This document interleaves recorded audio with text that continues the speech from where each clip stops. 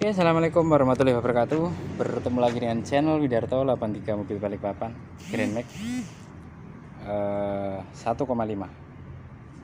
Oke, kita mau review dulu masalah gardan ya. Tapi kita tunjukkan mukanya dulu. Ini betulan Grand Max apa enggak? Ya ini ya.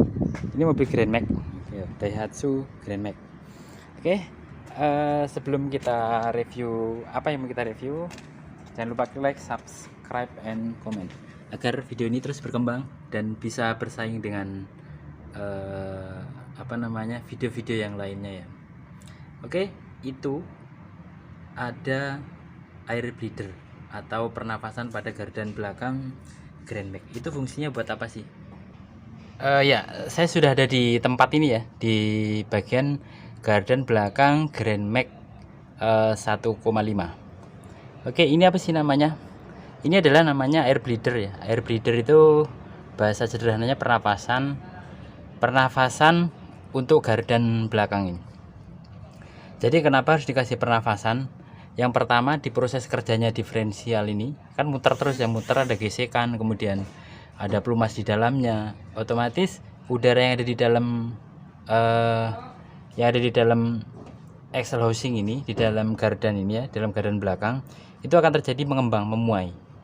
Kalau misalnya dia memuai, kemudian dia nggak diberikan nafas yang cukup atau diberikan pengimbang tekanan antara tekanan yang ada di dalam axle housing dengan tekanan udara luar, maka yang terjadi adalah seal bisa cepat rusak karena akan menaikkan tekanan yang ada di dalam axle housing. Jadi supaya dia tidak cepat rusak dan menjaga tekanan yang di dalam diferensial, maka dipasanglah air bleeder.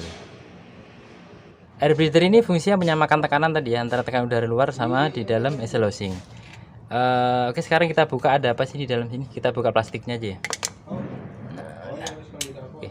Ini di sini masih ada penutupnya ya. Penutupnya di sini adalah besi plat seperti ini. Seperti itu. Oke, di sini ada tutupnya yang keluar, ini adalah cover.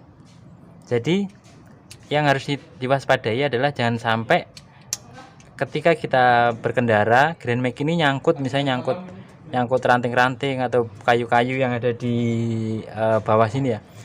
Kalau misalnya itu sampai nyangkut kemudian ini patah, mengalami kerusakan, itu bisa menyebabkan lumpur masuk ke dalam gardan, itu bisa berbahaya.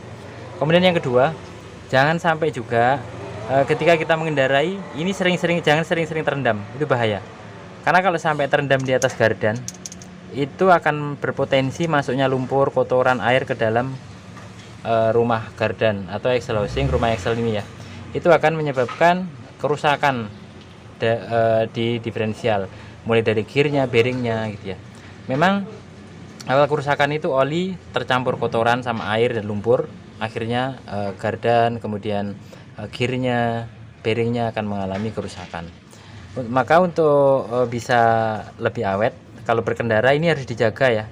Ketika kita mengendarai, jangan sering-sering masuk kubangan. Kalau memang harus masuk kubangan, pastikan kita melakukan pemeriksaan pada oli gardan, seperti itu. Oli gardan kalau pemeriksaannya ada di depan sini ya. Ini pengurasannya, ini bawah pengurasan. Kalau periksanya di sini. Nah, itu pemeriksaan olinya di situ. Tinggal kita buka baut yang di sana tadi itu. Baut pemeriksaan itu juga buat ngisi ya. Kita cek, disenterin, bisa dimasukin jari itu dilihat olinya bagus apa enggak. Kalau misalnya tercampur kotoran, biasanya warnanya berubah menjadi coklat.